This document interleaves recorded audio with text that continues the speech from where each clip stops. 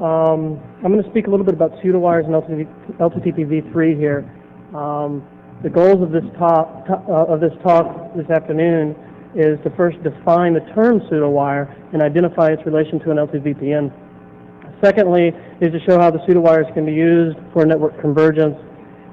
Third, identify where L2TP fits within the IETF PWE3 working group framework, and an overview of L2TP as a tunneling protocol for PWE3 over IP. And I'm actually going to get down a little bit into the protocol details, and leave more of the application space to Gilles, who has been using UTI, which is a precursor to L2TP in some of our Cisco products, as well as he's going to speak about L2TP going forward and how he's, some ideas that he has for using it. So assuming everyone's still awake after a little bit of protocol details, then we'll get into more of the application space. So first, a pseudowire, kind of a strange name. It's sort of like a wire, but not really. It emulates the essential attributes of a layer 2 service. So this is actually in the Pseudowire PWE3 framework document. Talks about this. But basically the idea is to take your frame relay, your PPT, your T1, your Ethernet, what have you, and create an emulated wire over your core network or whatever your packet switch network is. So the standardization is actually going on within the IETF PWE3. PWE3 is pseudowire edge-to-edge emulation, the 3 E's there, making the E3. So here's a picture. I'm going to talk a little bit about the layout, but again, leave the rest to Gilles. In this picture, you see a core IP network with your serial lines or 2 LANs, Ethernet LANs, or what have you, and the tunnels connecting them. You've probably seen this kind of thing before anytime you're talking about L2 VPNs. So essentially a collection of pseudowires together creates your L2 VPN. So one of the applications for pseudowire is network convergence, and there's a variety of types of network convergence today. So this is kind of a very simple one. I think I grabbed it out of some marketing slides somewhere. Basically, you have your parallel networks before, your IP backbone, and the frame relay backbone, if you can call it that. And I substituted in Miami here, but anyway, some global backbone, and you're maintaining both of them. The idea is after you go through the convergence, you still have your one global IP backbone, but you can still have frame relay connectivity outside the backbone at these different points of presence. So what this is really doing here is tunneling over IP. Now, one note here: PWE3 in the IETF actually covers any transport over MPLS as well, okay? And some of the draft Martini and stuff, which were the basis for this. So it's actually PWE3 is abstracted above the packet, the PSN, and the PSN, the packet switch network, can be IP or MPLS, okay? That's how the standardization effort is moving forward. In my talk today, I'm talking more about if your core network is IP, so there's no MPLS here, and L2TP being the tunneling protocol to provide the service to handle the layer 2 connections over your IP network. So 3 tunneling requirements to do PWE3 over IP. I've distilled down to here. There may be 1 or 2 more, but these are 3 important points. First, you need an efficient layer 2 tunneling and multiplexing encapsulation, because you're sending these layer 2 point-to-point connections all over your network. So the L2TPv3 encapsulation is actually quite simple. If you look between right above your IP packet is just a simple 4-byte session identifier is the first thing you see. And this session identifier is designed to be optimized for the fastest lookup possible once your IP packet arrives at your edge node. In addition, there's an optional cookie field, and we'll talk a little bit more about what the cookie does. But it's another opaque field that is used for integrity checking to make sure that when the packet arrives and you do the session lookup, it really, really, really, really is for that particular tunnel.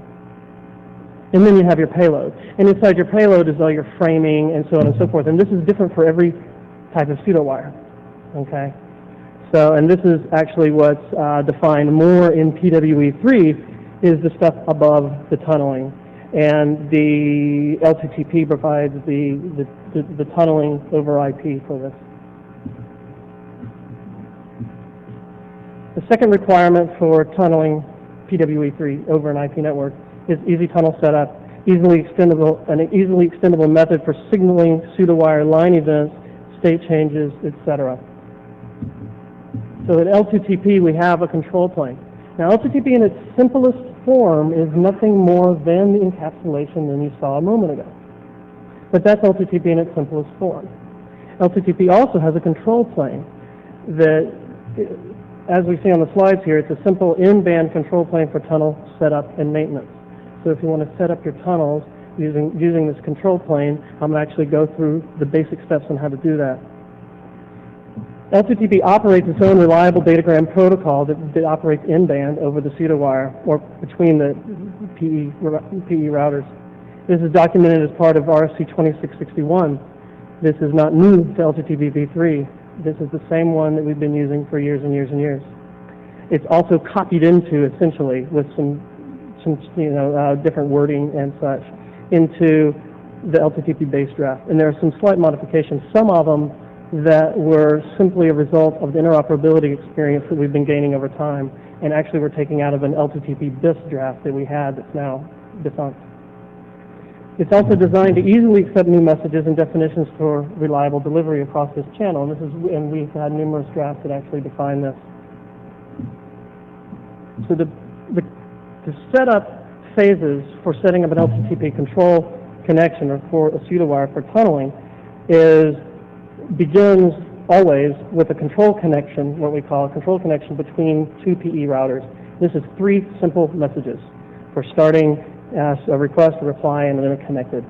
So it's a three-way handshake that says, here, I want to be able to set up tunnels with you, and has a few features like optional authentication, which we'll talk about, and things like that.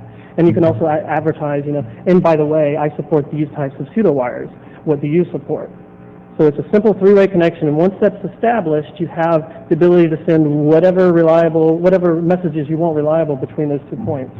A little bit like TCP here, but it's simpler, and it operates in band. So as I alluded to in the previous slide, the L2TP control connection includes this optional challenge handshake mutual peer authentication mechanism to establish identity. This is a very simple honest man's lock between the two edge points to make sure, yes, you are who you say you are. It's not IPsec. Once the control connection is established, multiple tunnels, which in L2TP we refer to tunnels as sessions, may be set up automatically as needed. You want to bring up 5, you want to bring up 10, you want to bring 1,000, you want to bring up 10,000. Okay, it's all. This is the steps that you go through just to automatically set those sessions up. Session establishment, similar to the control connection establishment, it's a very simple 3-message exchange: request, reply, connected. And in here, you can identify, I am the pseudowire type. Okay, I'm operating in this mode, or what have you. Once the tunnel is set up, you can maintain the tunnel, you can maintain line events. Now, in the simplest mode of operation, again, emulating the simplest types of pseudowires, you may not need any maintenance whatsoever in terms of line events and so on and so forth. An example is just an Ethernet or some such. But if you're trying to emulate a frame relay, and you want to actually, it depends on how faithful you want to be to the layer 2 connection, and you want to signal your UNI and NNI events, then you need some control, some ability to send a message to your peer, and L2TP provides a reliable connection for that in a very simple way to just fire a message to the other side. And we use this in our PPP emulation with L2TP in the past for various line events. If you keep your state synchronized between the 2 points with these control messages, you have the luxury of having a single keep alive to cover all your sessions between 2 edge routers. So you have a single keep alive that says, yes, my state is the same on both sides. And by definition, it's the same on both sides because you've been signaling everything that's been happening on both sides. So this is just a side point. So maintenance includes not only a very simple keep alive between the points for dead peer detection and so on and so forth, but it's also ability to send a message for a line event. So TDM emulation, that actually is covered within PWE3, actually doing the timing and all that business, right? That actually operates above L2TP. L2TP is not involved in that. Finally, light and heavy-duty security options. The heavy-duty security choice is L2TP security, RFC 3193. This is securing L2TP with IPsec. From the very beginning, we thought L2TP, when you really want security, use IPsec in transport mode underneath it. L2TP is still doing all the tunneling here. It's just IPsec is being used for the encryption or authentication or what have you. And this gives the operator to turn it on and off. Once you get your L2TP tunnel up and working, turn on your IPsec if you need it. If you don't need it, turn it off. And you've still got all the same tunneling features above. The light duty options are, one, the control connection authentication, the honest man's lock that says, yes, I am talking to who I think I'm talking to on the other end before I set up those sessions. And this is a shared secret simple password technique. In addition, we have the cookie field, which I talked about earlier. And this is a random 64-bit value that's stuffed inside each packet. Now it's the same for the life of the connection. You pick a random value, then you put it into every packet that's sent for that tunnel or for that session. So associated with each session to protect against a malicious blind attack. So we're going to talk about what exactly I mean by a malicious blind attack, or inadvertent insertion of data into the tunnel stream. And by inadvertent, I could mean a packet floating out on the network that happens to have the same session ID, and oops, it arrives later. You don't want to insert that into your customer's VPN.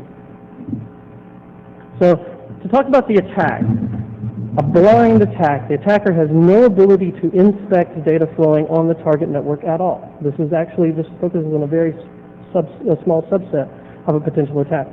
Only the ability to insert spoofed data at will.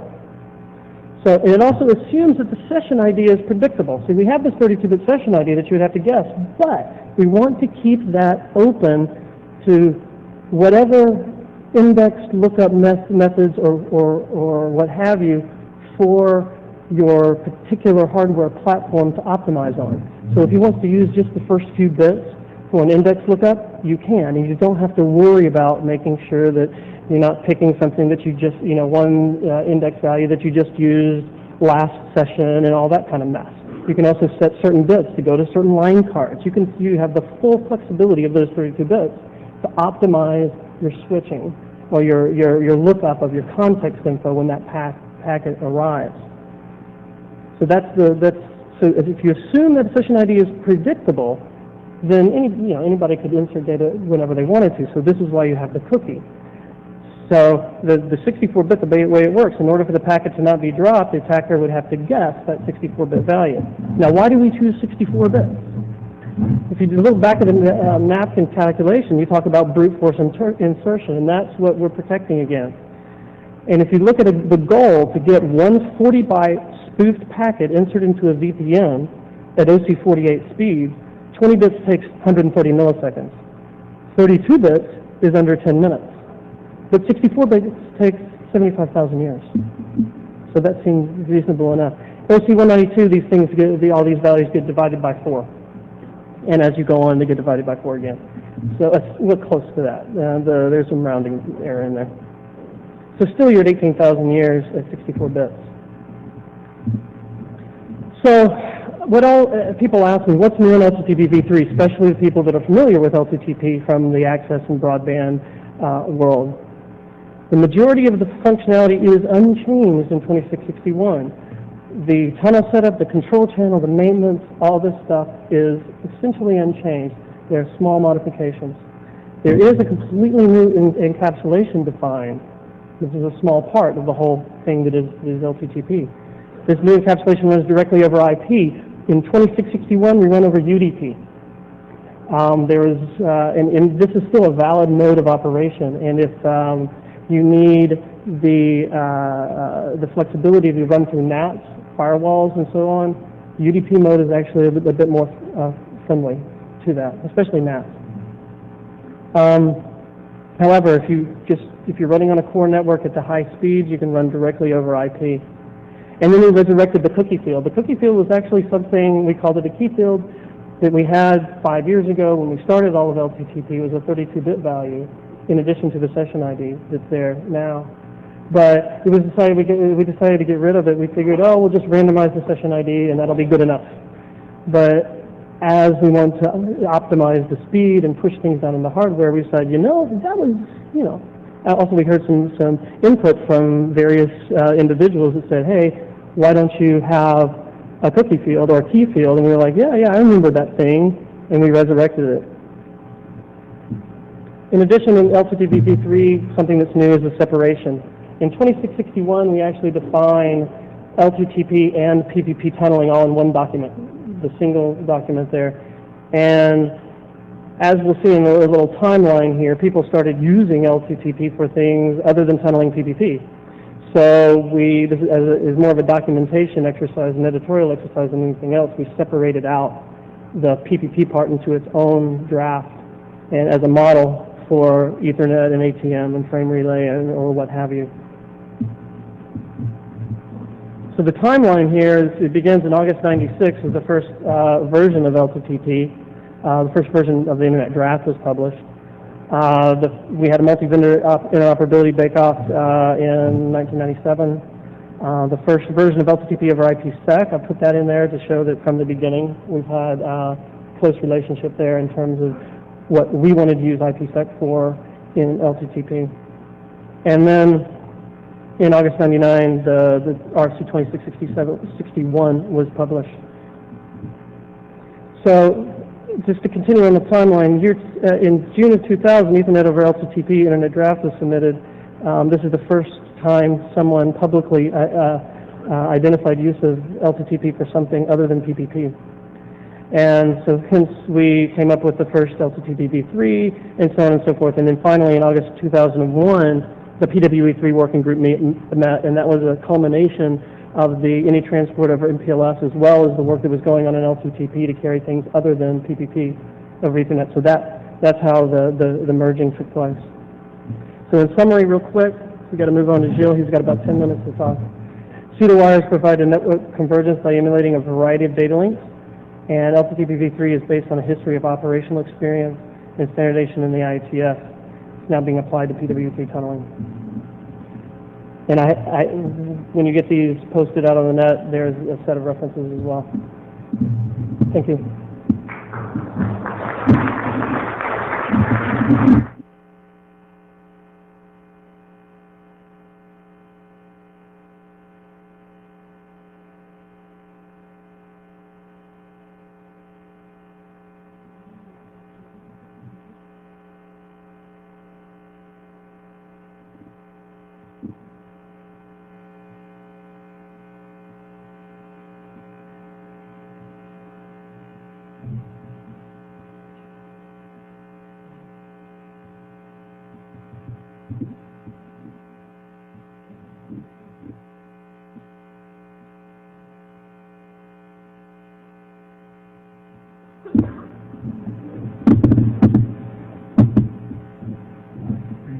So this talk is about Pseudowire services, experience from a service provider based on the first implementation called UTI and Cisco technology.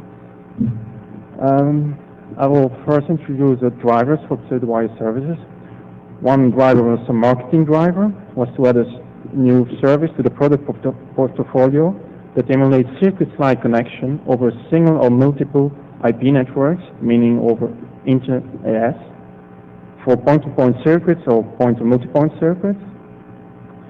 Another driver was more an internal driver, was to have a kind of performing and flexible toolbox to build customized solution in case we have some conflicting routing policy or peering policy. As a background information, EBO network has different AS. We have regional AS and we have a transit AS. In those AS, the peering policy is different, so we have open versus restricted peering policy. A third driver was to interconnect at high speed physically disjoint networks by building a kind of overlay. And a last driver was to interconnect Ethernet networks transparently. Our requirements for UTI were at least the most important transparency. So we didn't want any change, to make any change to our routing architecture. We didn't want to implement a new IP protocol. It should run over plain IP, should be high speed capable from T1 up to OC48 or even OC192. Should be high performance, can be assisted by hardware for the encapsulation, de-encapsulation process. Should be flexible in terms of type of payload, so any type layer 2 payload, PPPA, GLC, family ATM or Internet. The provisioning should be easy and fast. We should have some security building. That was already introduced by Mark with the tunnel session ID or the cookie. It should be scalable, so we need a kind of mechanism for automatically or automatically set up the tunnels. The overhead should be minimum, so here in that case it's 4 to 12 bytes. And it takes benefit of the statistical multiplexing of the IP network. So let's go to the service part. The obvious first service is the IP virtual lease lines, where you create a kind of emulation of HDLC, PPP, family ATM, Ethernet end-to-end. You transport the layer 2 packets end-to-end. It's a point-to-point service, so you have a single virtual lease line per physical interface. It's a one-to-one mapping where you bound one tunnel to a single interface. Here is an example where you have a tunnel between two post interface or two Ethernet segments. Examples are LAN-to-LAN interconnection.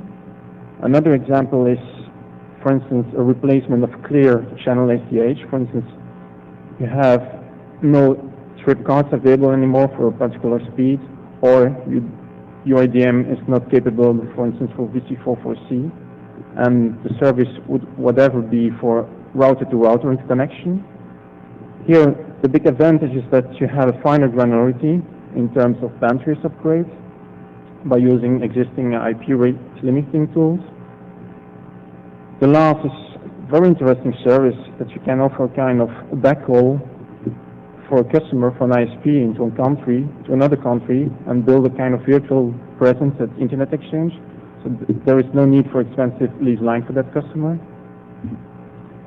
A second stream of service is called that I call IP MVLL, so it's a point-to-multipoint service. So you have multiple virtual lease line per physical interface. How do you do that?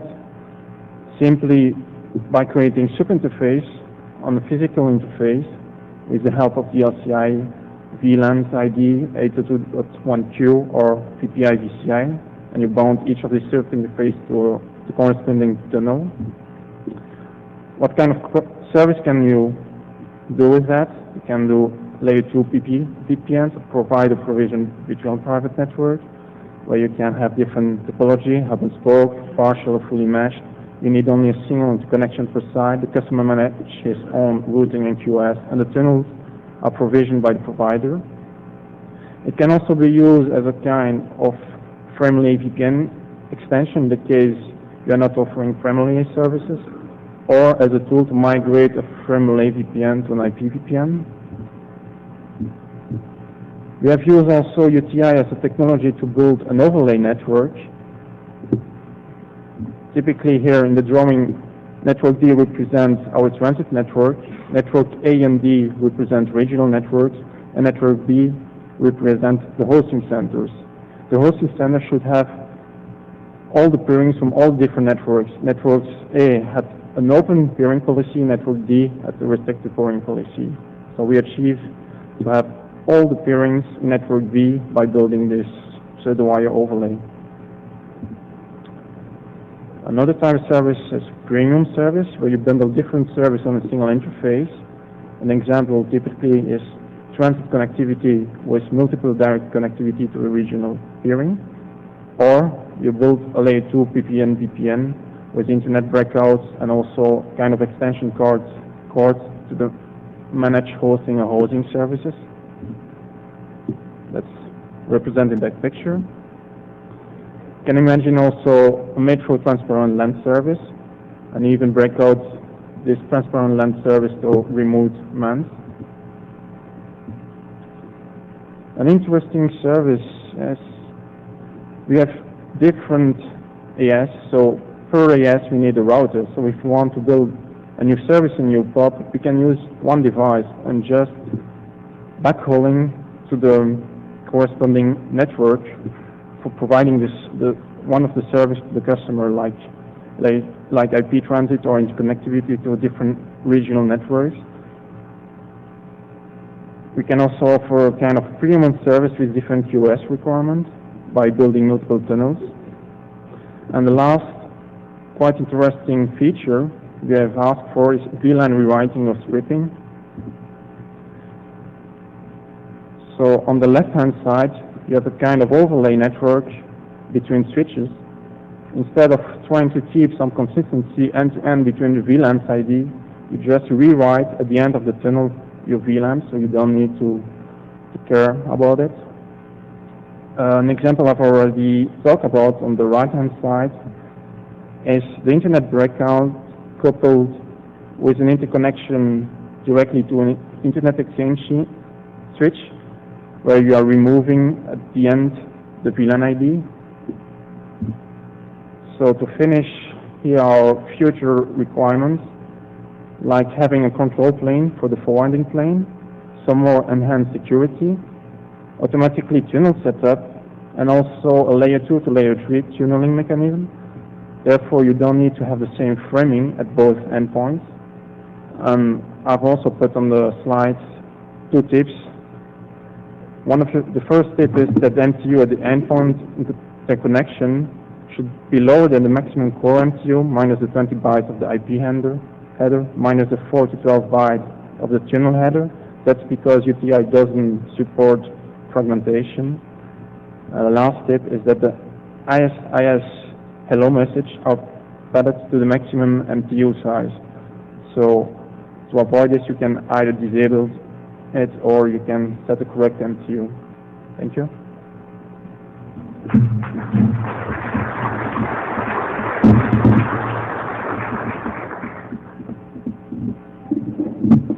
Any question? My name is Andre from eBay. I have a question about the security of, I guess, not just L2TP, but network protocols in general. Something that has been addressed for a long time is covert channels. Every single, IP, TCP protocol is vulnerable to some type of covert channel, like you have HTTP tunnel and mail tunnel and all those different programs out there. And even IPsec is vulnerable to a covert channel at this time. I just wondered, if anybody has any direction that they're moving towards for doing stuff to prevent covert channel attacks.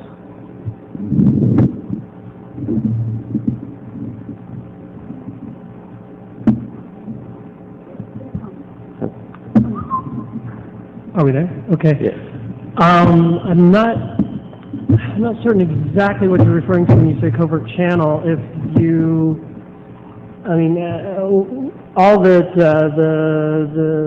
the light duty security options, or even the heavy duty security option, I guess this assumes that you know where your interfaces are and what they're connected to, and what your how your filters are set up. But I might be missing exactly what you're referring to and how it relates to this. I guess it doesn't relate directly to it, but I think the security is just a misnomer with network security protocols, or network protocols in general, because any network protocol can bypass, especially tunnels, just make it even worse, because they're sitting behind the firewall, and it just allows a way in by just completely bypassing the firewall with a covert channel. There may or may not even be firewalls in this particular right. Deployment. Well, I'm saying from a security perspective, when taking security into account. Sure. Yeah, that's a valid concern, I would say. Covert channels are bad. Yeah. All right, cool. Thanks. Hi, sorry. Tony Talbot, Genuity. The last slide had a point about control plane for the data plane. What was that about? Oh. I think that was directed to Yeah, Gilles' Gilles' left side. That's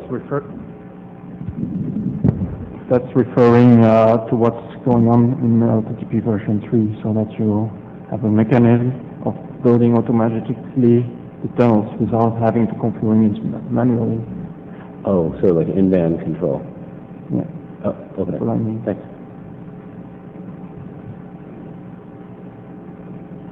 Okay.